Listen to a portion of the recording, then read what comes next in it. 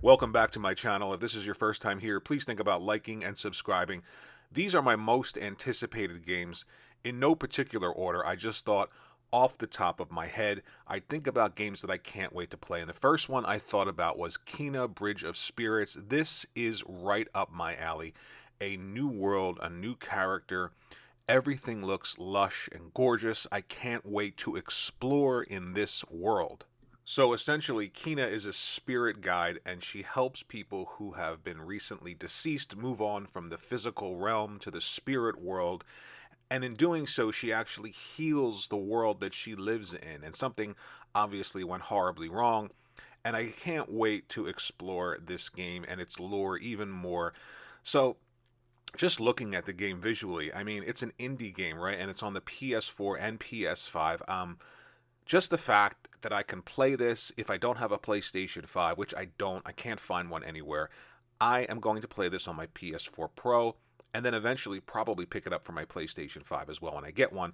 But this is the type of game that I gravitate towards. I want to completely be engrossed in this world and in this story. And if you look here, as you fight, Kena actually improves the landscape. So she does things in the grass, turns green, so things go from sort of this dull, dingy, dead look to being alive again because of the things that she's doing. So I don't know much about the story, and I don't want to. I just like to watch these videos and sort of guess at what's happening. You have these little helpers, almost like Pikmin, and you can use them to help you explore the world or get from one area to the next. Maybe if you can't move something and you have like 10 or 11 of them, they can get together and move the object for you. So there's probably tons of different types of gameplay in this when you use your little helpers. And of course, you can customize them a la Pikmin or a la Pokemon.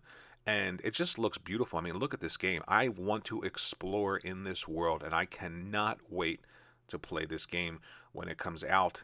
The next game that I'm really looking forward to, can you guess? Come on, take a guess. It's Horizon Forbidden West. When I saw this, I thought, wow, PlayStation 5, these games look incredible. And that's before they even said it was coming to the PlayStation 4. And most people were happy when they saw it. But when they found out it was cross-generational, that's when everybody sort of had this problem. I'm actually blown away by the fact that this is able to run on the PlayStation 4, let alone the PlayStation 4 Pro. And like Kena Bridge of Spirits, I'll probably play this on my PS4 Pro and then play it again on my PS5. So if you played the first Horizon Zero Dawn game, it had some issues, but the one issue it did not have is in creating a huge open world with interesting things going on in it. Some of the side quests were a bit meh, but those are things that you can improve on if the original game is accepted and sells well, and Horizon Zero Dawn did, and we're getting the sequel, Horizon Forbidden West. So again, take a look at this game.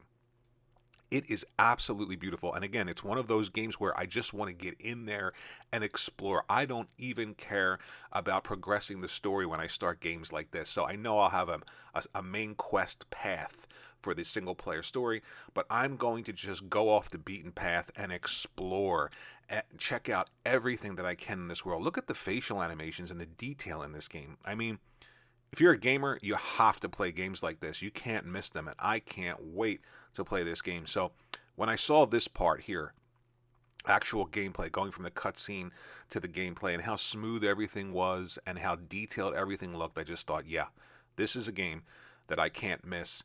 And I love the idea of the new moves, and especially being able to explore now, not only above ground or throughout the jungle or in ruins, but to actually be able to explore underwater. And it looks like Aloy has this sort of breathing apparatus. So yeah, you don't have to worry about coming up every few seconds for breath. That's great. Now, I'm assuming somewhere in the story we're going to see where she gets that. So no big deal there. I love the idea of scanning and seeing different handholds. Like right here is so cool, right? If you're stuck, you scan, okay, I can go up. I like the idea of verticality in the game now. There's much more to do and much more, again, to explore. The next game, yep, it's Halo Infinite. Now, this is an unknown for me because I'm not extremely happy with what they've done to the story of Halo. Halo 5 just was not a good game, period. If you're a Halo fan, you know what I'm talking about. If you're casually into Halo, then Halo 5 was okay, but I am cautiously optimistic that they are going to deliver on the story, because that is what is so important. That is what is so central to Halo.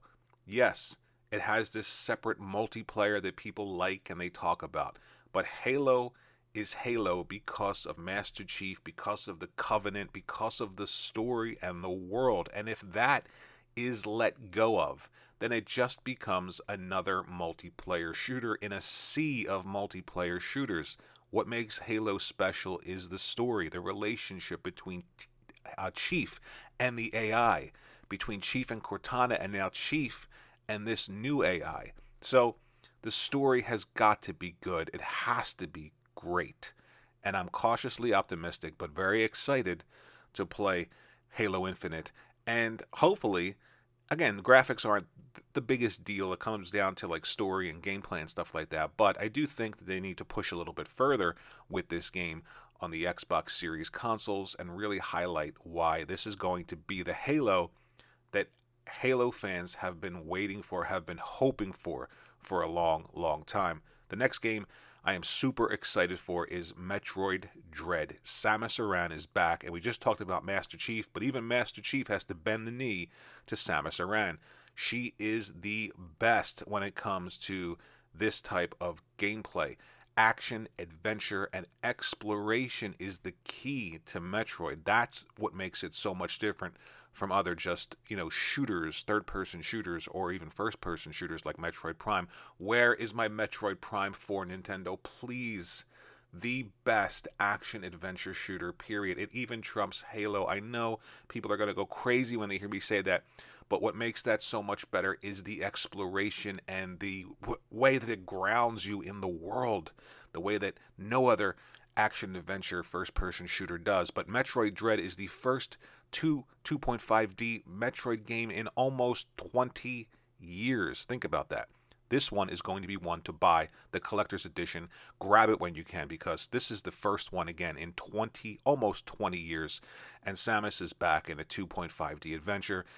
I mean, I don't know why I have to sell this to people, but okay, it is going to be fantastic. If you've ever played any of the Metroid Prime games in the past, or any of the Metroid games in the past, excuse me, see, I'm stuck on Metroid Prime. Oh, any of the Metroid games in the past, you know that the 2D versions are, they're just exquisite, right?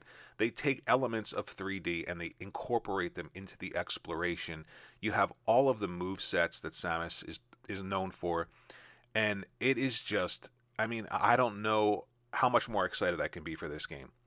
And the first one in almost 20 years. What happened to Samus? What happened to these games? Nintendo finally is bringing back a proper I have to say 2.5D, because I hate saying 2D because it is two-dimensional, but there are elements to the gameplay that sort of, bring you into 3D, whether or not it's foreground, middle ground, or background, or whether or not it's gorgeous cutscenes like this. So I can't wait to play this game. These are my top most excited games coming up. Let me know what you think about them in the comments section below, and I really appreciate watching this video, and I will see you in the next one.